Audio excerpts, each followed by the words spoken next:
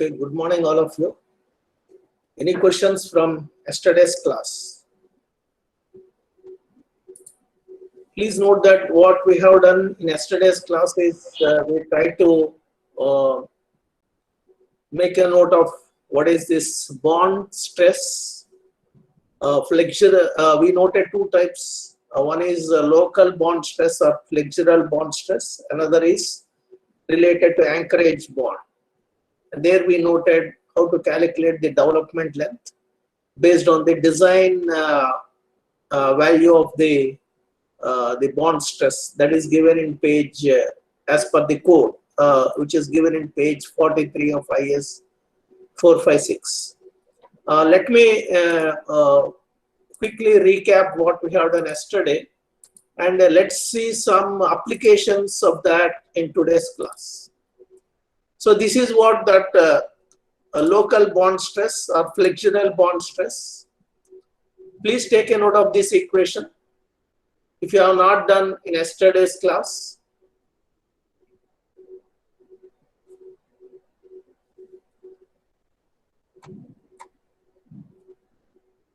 Okay, and the next one is anchorage bond stress, and actually code is giving us what is the design bond stress, which is a function of grade of concrete depending on the surface characteristics of the rebar as well as whether it is in compression or tension. So whatever code is given, that is what is this tau BD. So once tau BD is known, we can back calculate what is this quantity called development length or anchorage length. Development length. Okay, you please take a note of this equation. Yesterday we discussed on how to derive these things. They are all based on simple concepts. Please take a note of this equation.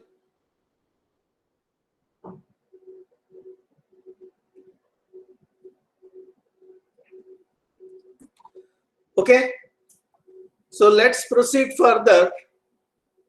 And when you're when there is a situation where you are unable to provide the required development length as a continuation of the bar, then you need to actually adopt any of these things, like you can bend the bar in this manner or in this manner. Anyway, in today's class we are going to see some examples, so then it will be clear for you. Okay, so before that, one more important thing, splicing of reinforcement. Please note that these rebars, because the constraints from transportation point of view, or even when you are actually on the site, a part of the length of rebar you might have used, and remaining part is cut from there, and that part when you want to use in such kind of situations, how to lap the two rebars. So that is what this is talking about. Anyway, let's go through this. Splicing of reinforcement is required when the bars are to be extended beyond their available length. As in the case of column bars in multi-storied buildings, it is recommended that the splices in flexural member should be kept away from sections with high bending stresses and shear stresses. Before you do the design, from structural analysis, you know exactly at which locations maximum bending moment is coming, maximum shear force is coming. You try to avoid this kind of splicing. Splicing in the sense you are actually trying to connect or extend this bar by providing some kind of lap. Avoid doing it as per whatever is recommended in the code. It is recommended that splices in flexural members should be kept away from sections with high bending stresses and shear stresses. Also, the splices should be staggered in the individual bars of a group. When you have a group of rebars, all bars avoid trying to lap them or splice them at the same location. Go by staggering. So some of the bars you can have at one level, another set of bars can be at another level. Okay. The IS code recommends splices in flexural member should not be at sections where bending moment is more than 50% of the moment of resistance, and also not more than half the bars shall be spliced at a section. All these recommendations in the code, they are given in page 44-45. Let me show you that. Page here, reinforcement splicing.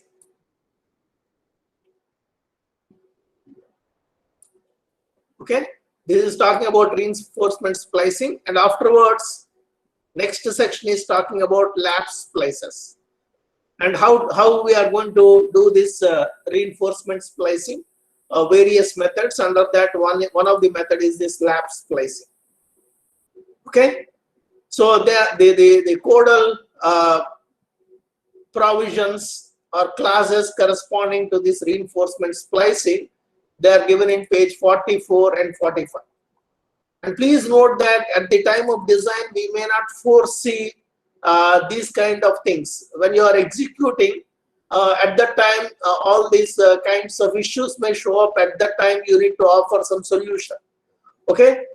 Anyway, but for completeness, we are going to study as a part of this course. So now let's continue here.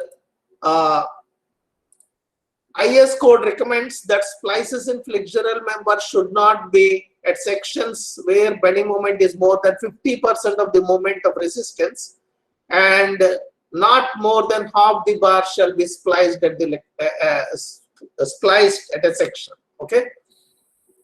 When splicing in such situations become unavoidable, special precautions such as increasing the lap length, using spirals or closely spaced stirrups around the length of splice should be adopted. We'll see what this is. Increasing the lap length and also using the spirals and closely spaced stirrups. We'll see that. Maybe I'll show you a figure, then you will understand better. So this is what you want to. You have a rebar, and this rebar length is limited to this point, and you want to continue because this rebar has to be continued, and another rebar is going to be.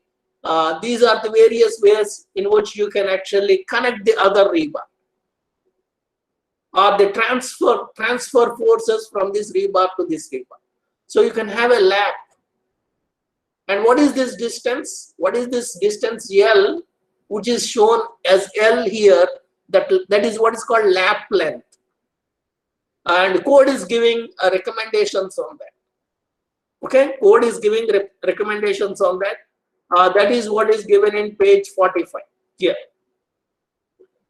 Lap splices.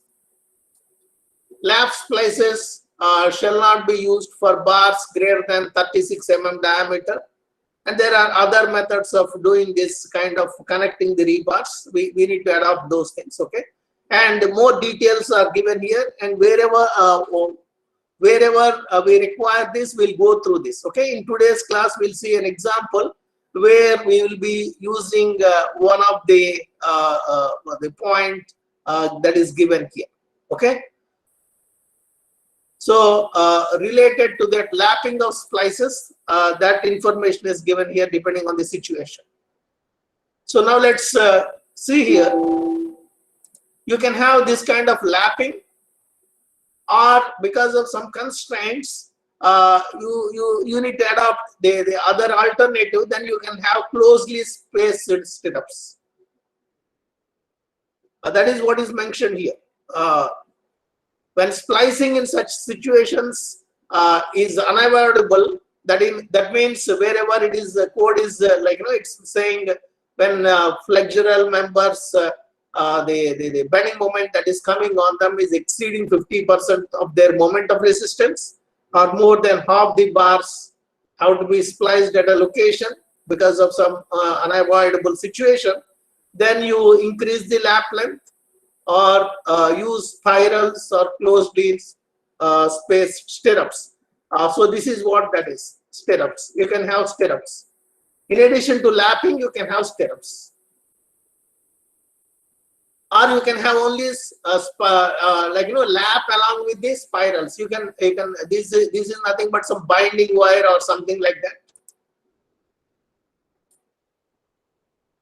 And for bars, rebars exceeding the diameter 36 mm, code is saying avoid these kind of things. Then we need to go for this mechanical joint.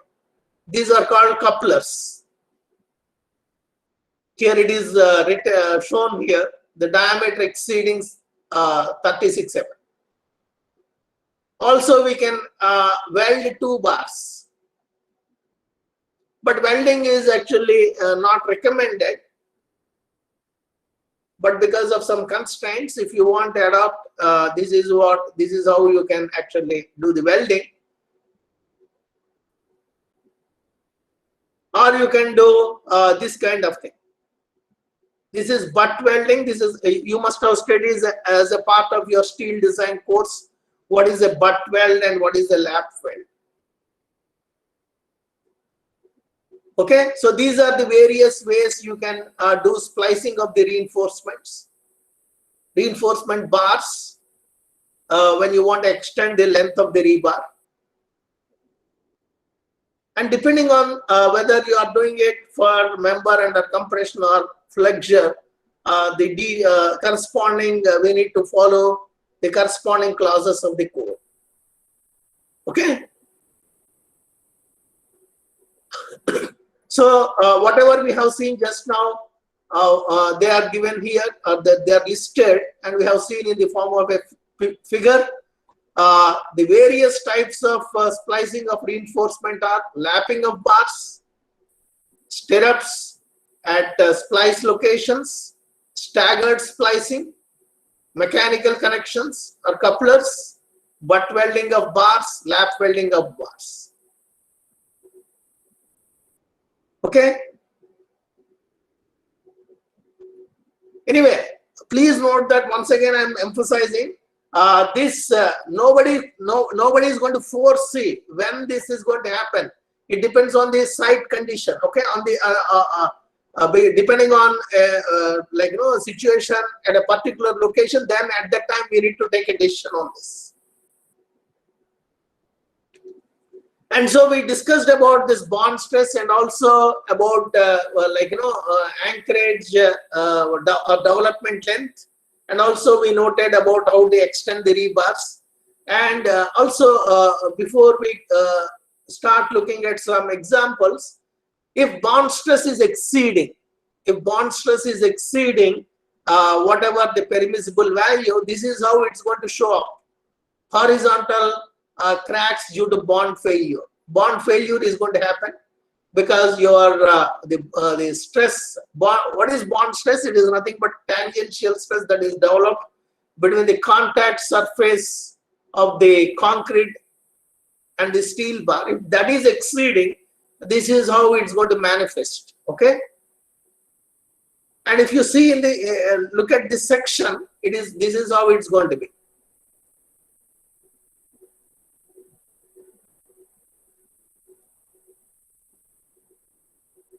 And now let's read this for completeness. In the case of beams, particular case has to be taken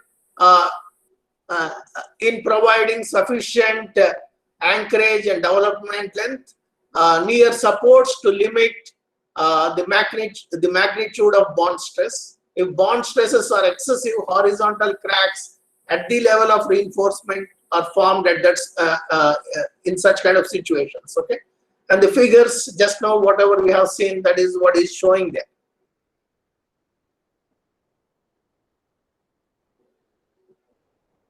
Okay, so let's take few examples, then you will understand. Anyway, yesterday I already mentioned to you table 64, 65, 66 of SP16 are giving details about this development length, and anyway we will be making use of that in today's class.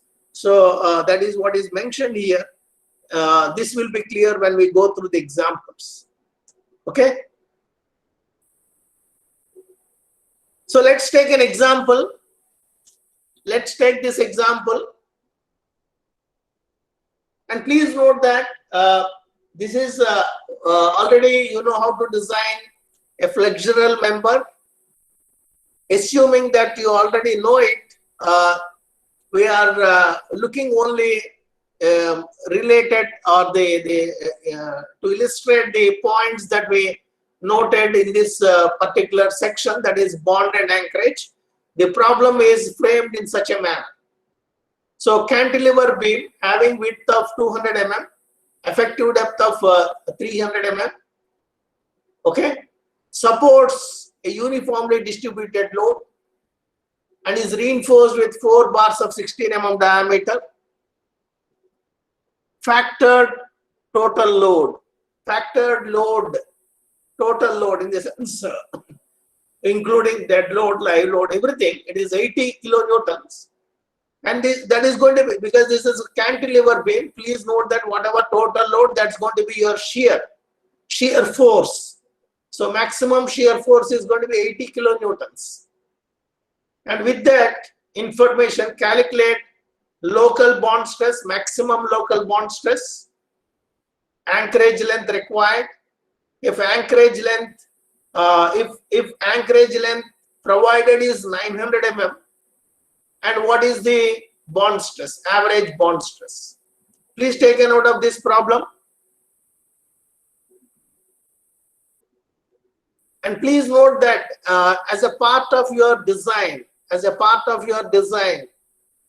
even though from examination point of view or from the assignments, we are learning bits and pieces, in the sense we are learning design for flexure separately, design for shear separately, and this bond and anchorage separately. But when you are actually designing, you need to check all these things, okay, before you release that design. It's not that somebody is going to insist whether you checked for bond and anchorage. You need to do that. So let's take a note of this details of this problem.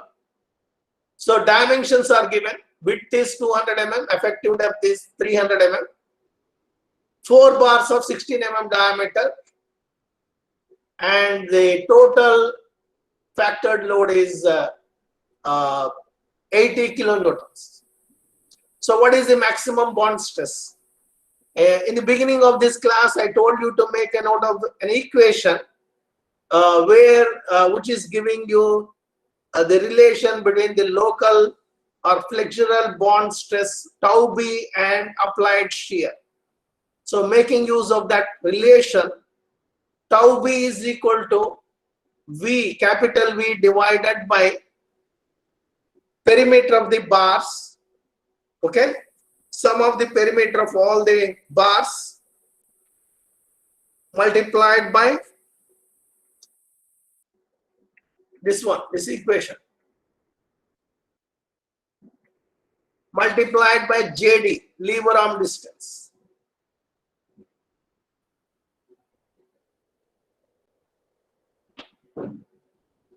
Okay, so you can make use of this relation.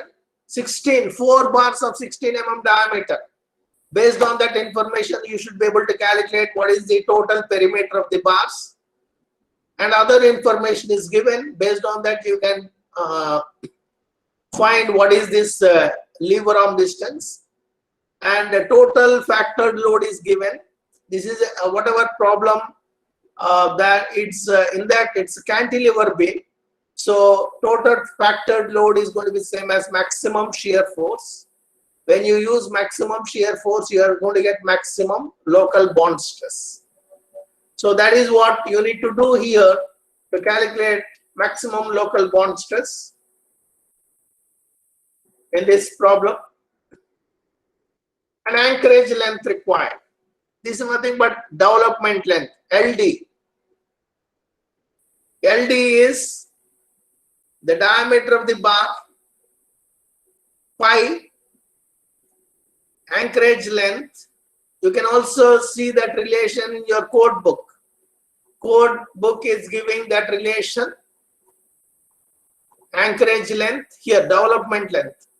Development length LD. Yesterday we looked at how to derive this equation.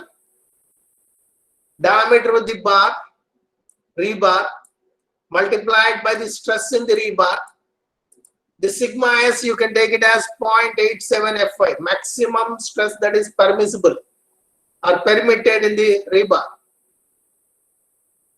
And divide, anyway, this is numerical value. And tau BD. Tau BD is nothing but design bond stress, which depends on the grade of concrete. Okay. So using that, you can find what is the anchorage length required. And please note that it's not always possible to provide the anchorage length, whatever you get from that relation. Sometimes because of some constraints, some other anchorage length value is provided. You can back calculate even what is the bond stress, and you can check whether that is within the permissible limit, tau BD or not. That is what is asked here. So here LD is given, and you are asked to find tau BD using the same relation. Grade of concrete is given, grade of steel is given. Okay. So all these details of the workout, they are given here. How to calculate the perimeter and all those things. And also you need to keep in mind whatever tau BD that is given, in page 43 here. This is for plain bars in tension. If your bar is HYSD bar or deformed bar, this is for Fe250 steel. If your bar is Fe415, you need to increase this. You need to increase whatever values that are given here by 60%. That means whatever values are there here, you need to multiply them with 1.6 to get tau BD. So that is what is illustrated here. Our type of steel here in this problem is Fe415. So tau BD, whatever from the table for M20 grade of concrete, for M20 grade of concrete, tau BD is for plain bars it is 1.2. For deformed bars it is enhanced by 60%. So that is taken. Okay, and rest of the things are straightforward. You can go through them.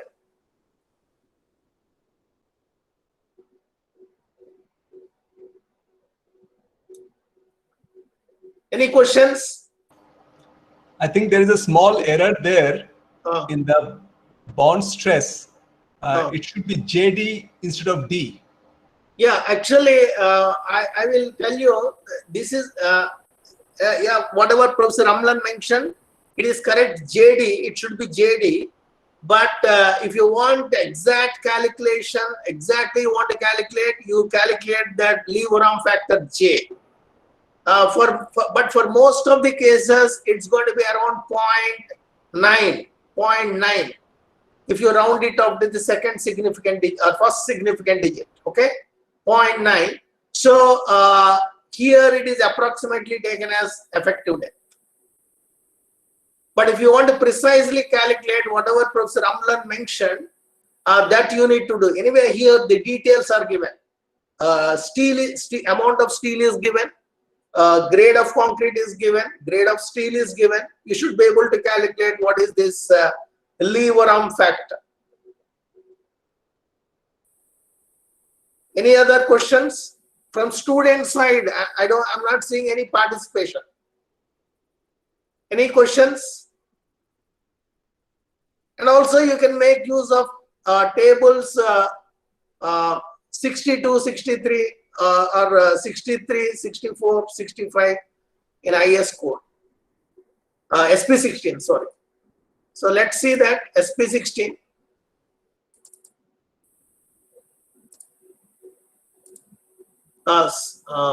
Sorry, it's 64, 65 and 66. You can directly read the development length value from here. Fe415 is this steel here, and please note that for bars in tension, separate set of columns are given. For bars in compression, separate set of columns are given. Why? Because tau BD value for a bar in compression, you can read here, tau BD value for bar in compression, whatever value that is given here in this table, you need to enhance it by 25%. For if the bar is plain bar in compression, enhance it by 25% here, this value. In addition, if the bar is HYSD bar, deformed bar, then first you enhance it by 60% and on the top of it enhance it by 25%. So all that calculations are already carried out and these tables are prepared. Anyway, in this particular case of cantilever beam problem that we are looking at, the bars are in tension. Rebar size is 16 mm diameter rebars, and M20 is the grade of concrete.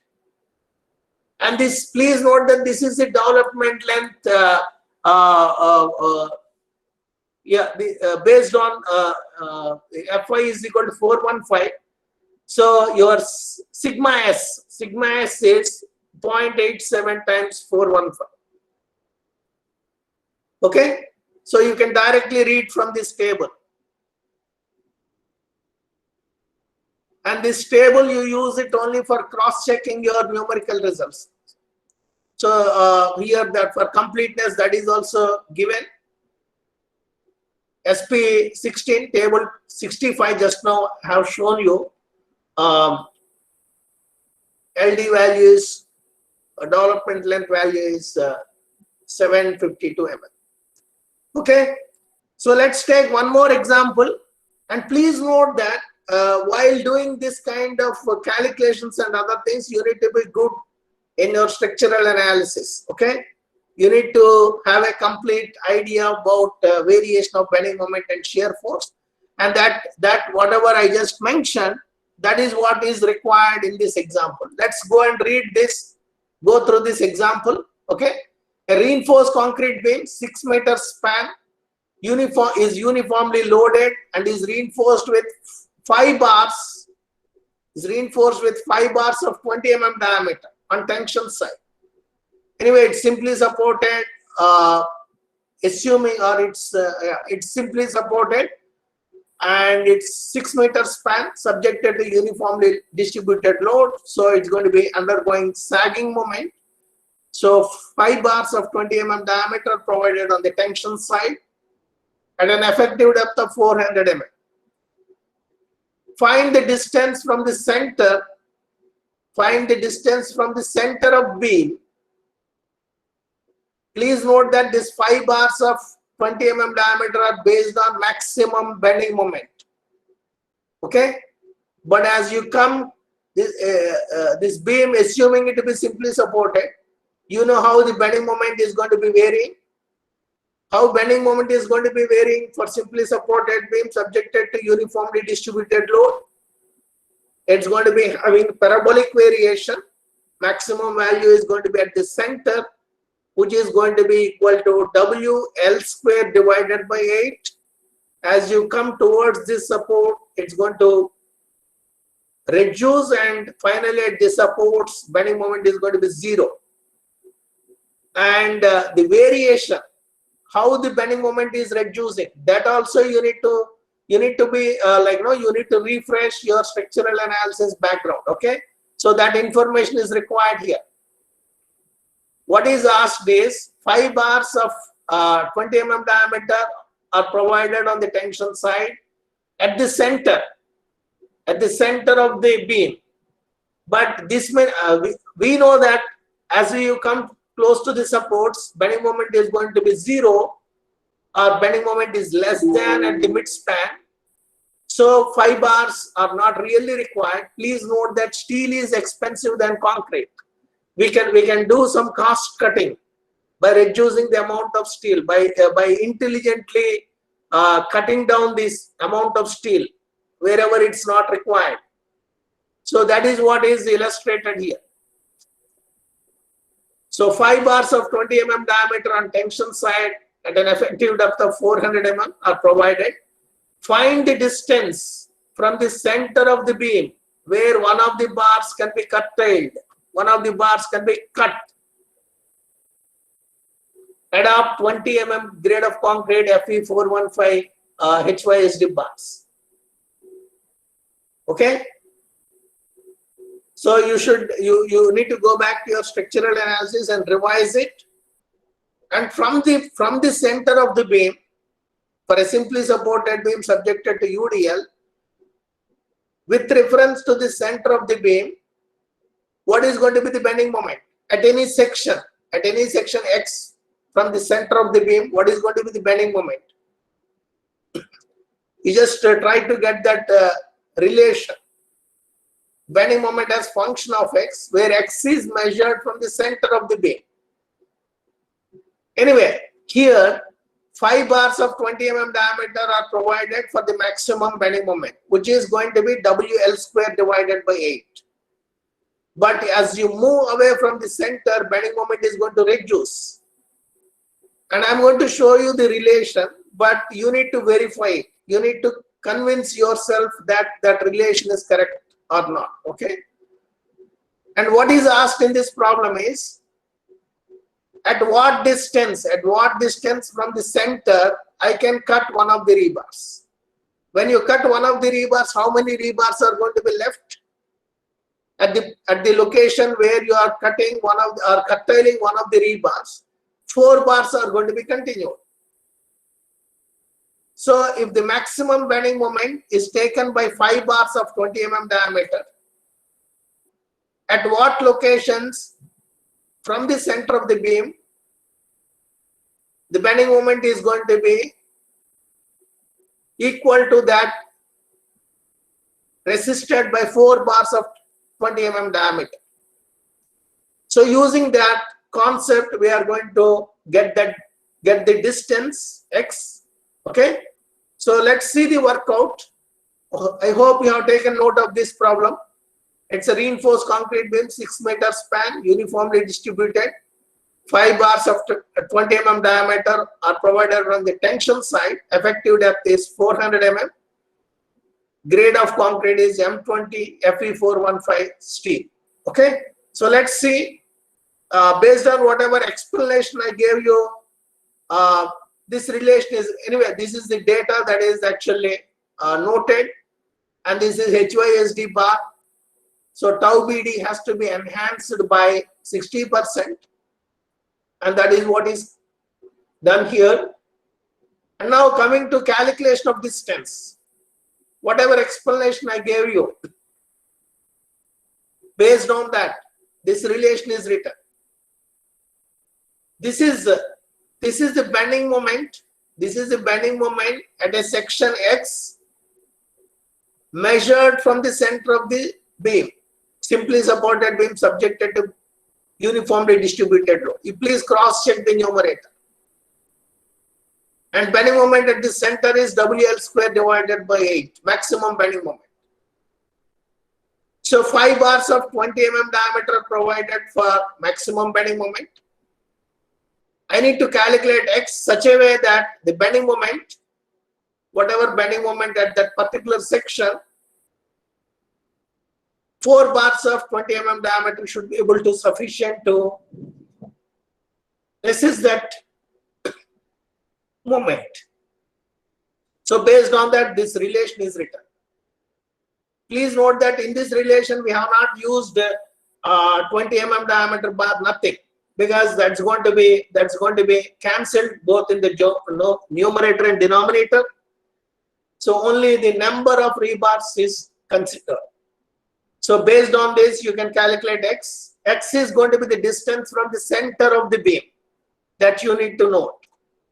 So please go through this and then convince yourself this is you're able to understand this, and then cross check these numerical values. So x is from the center of the beam. So now this x is giving me an idea from the center of the beam where I no longer require one of the bars. Only 4 bars are required at that location. Okay?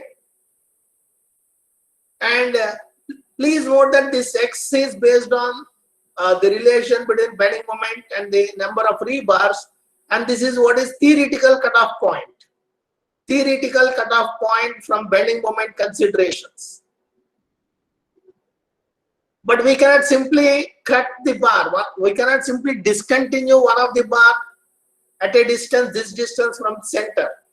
If you discontinue at that location, whatever explanation I gave you in yesterday's class, that's going to come into picture. The bar will not have sufficient hold back in the sense, at that point, whatever tension it is coming in the bar, it has to be holded back. So we need to extend the bar beyond the theoretical cutoff point. By how much we need to extend the bar? By how much we need to extend the bar? That is what is given in the next this one portion of the question answer. Development length for maximum tension. Development length for maximum tension in the bar. And please note that this development length is calculated. Just for a while, you please hold on and then follow this. We'll understand in a while. So this development length is calculated for maximum tension in the bar. What is going to be maximum tension in the bar? Sigma s is going to be 0.87 Fy. So based on that, this development length is calculated. Okay? This development length is calculated. So now you have two things. One is you just now found at what distance from the center one of the bars can be discontinued theoretically, and also what should be the development length based on the maximum stress at the center, that is this value. Please note that these 5 bars are provided on the tension side at the center. Even at the center, if you want these 5 bars to resist that much tension, on either side of the center, they have to be holded back by this distance. They have to be continued beyond the point where they are stressed. Beyond that point, they have to be continued by this distance. So all the 5 bars have to be continued on either side of the center by this distance. Then only they will be able to resist the maximum tension. Okay? Any questions here? So please take a note of this, and please take a note of this.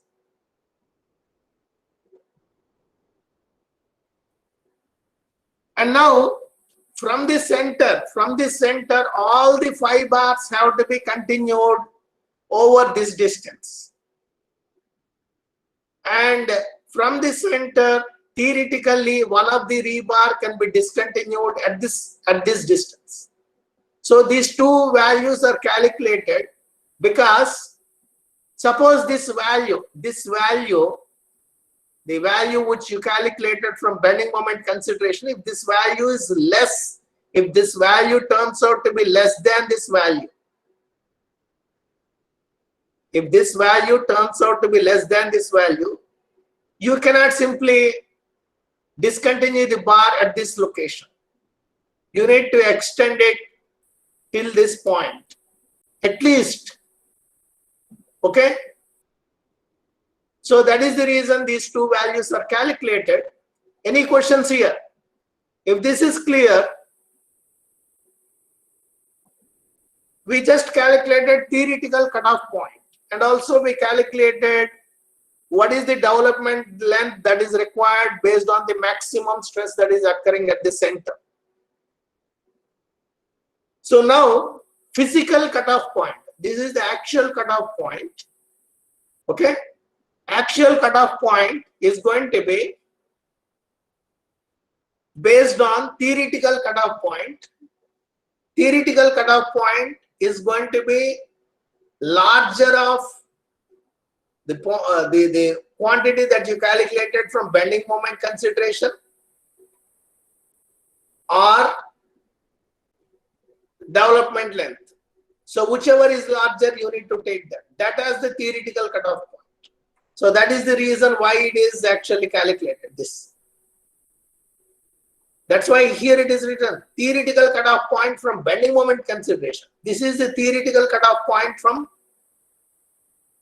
development length consideration. So out of these two, whichever is larger, we need to consider that as the theoretical cutoff point. And it's not that you discontinue the bar at that location. You need to extend it. You need to extend beyond that point by D, effective depth, or 12 times the diameter of the bar. Where this is given? This is given in IS 456. I will show you that one.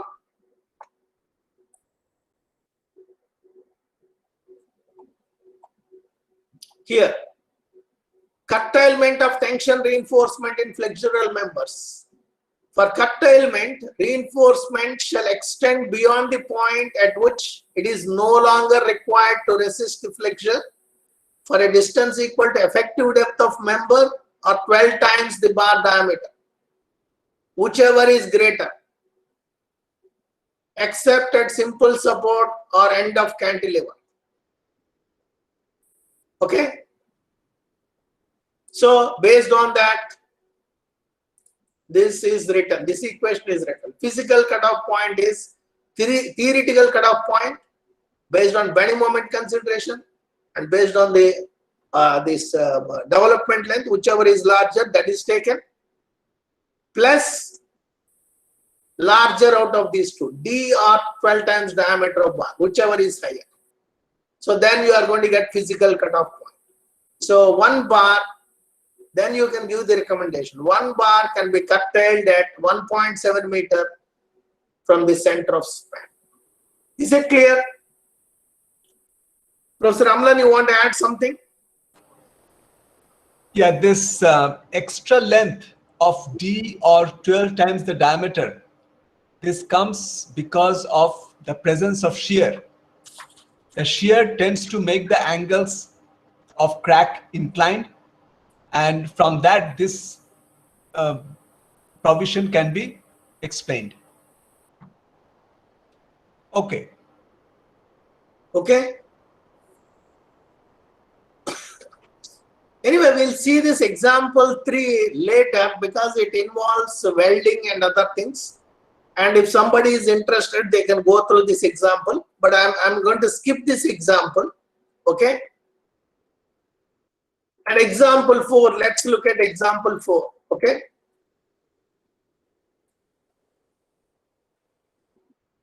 Here we are going to use another clause in the code, and here the section that we are going to focus is on close to the support. Okay, so let's see this. A simply supported beam of 8 meter span, reinforced with 6 bars of 25 mm diameter at the center of the span. So 6 bars of 25 mm diameter are provided at the center of the span for this simply supported beam of 8 meter span, and 50% of the bars are continued to the support. So out of the 6 bars, 3 are continued to the support. and 3 of the bars are curtailed at some location. Okay. Check the development length at the supports assuming M20 grade of concrete Fe415 steel. Beam supports a characteristic total load of 50 kilonewton meter. And why this information is given, that you will be understanding in a while. So based on this information that the beam supports a characteristic total load of 50 kilonewton per meter, and based on the information that is 8 meter span simply supported, you should be able to calculate what is the maximum bending moment, what is the maximum shear force. What is going to be the maximum bending moment? WL square divided by 8. W is 50 kilonewton meter. L is 8 meters. So you can calculate what is maximum bending moment. You can denote that maximum bending moment with capital M, and also maximum shear force. Maximum shear force is going to be WL divided by 2. W is 50 kilonewton meter. L is 8 meters. You can calculate what is maximum shear force and denote that with capital V. Okay.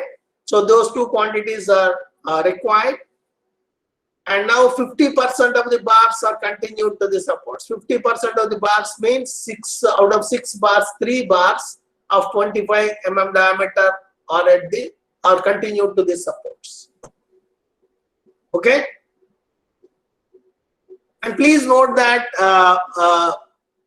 instead of trying to calculate moment of resistance of this section and other things, we can work with the ratios. Okay, so we can say the moment of resistance of the section at the supports, moment of resistance of section at the supports, the ratio of that to the moment of resistance of section at the center, or from the moment of resistance of the section at the center to the moment of resistance of the section at the support. For this particular case, it's going to be in the ratio. It's going to be in the ratio 3 to 6 or 6 to 3, depending on how you take that ratio. Because 6 bars are there at the center, 3 bars are going to be continued at the support. Any questions on that? So with that explanation, let's see here. So whatever data that is given, that is all noted. Again, it is HYSD bars. Accordingly, tau BD is calculated. Number of bars at the center, number of bars at the support, diameter of the bar is noted. And whatever I told you, since the loading is total, distributed load is given, you can calculate what is the maximum bending moment, what is the maximum shear force. And please note that one more important point here is, I forgot to emphasize, whatever is given is characteristic load. Characteristic load, you need to multiply with partial safety factor. Partial safety factor for both dead load and live load, it is 1.5. Okay, so total load is given, total characteristic load is given as 50 kilonewton meter. Before you calculate maximum design moment, please note that beam is going to be designed for this moment that you are going to obtain from the design load. So the design load is calculated from the characteristic load, and based on that, maximum bending moment, maximum shear force are calculated. Okay. So now this is what I mentioned. I'm not interested in calculating the moment of resistance exact value based on the section details. Instead of that, I can get a rough idea about moment of resistance at the support to the moment of resistance, that ratio, or the moment of resistance at the support, moment of resistance at the support. See, please note that here maximum bending moment is calculated. So assuming your moment of resistance is going to be equal to this, so moment of resistance of bars continued to the support can be calculated in this manner. And this is required. Why this is calculated? This is required. You will understand in a while. So this quantity is calculated, keep it aside, and now calculate development length for 25 mm diameter bars based on the information that is given. And at this supports code, what code is saying is here.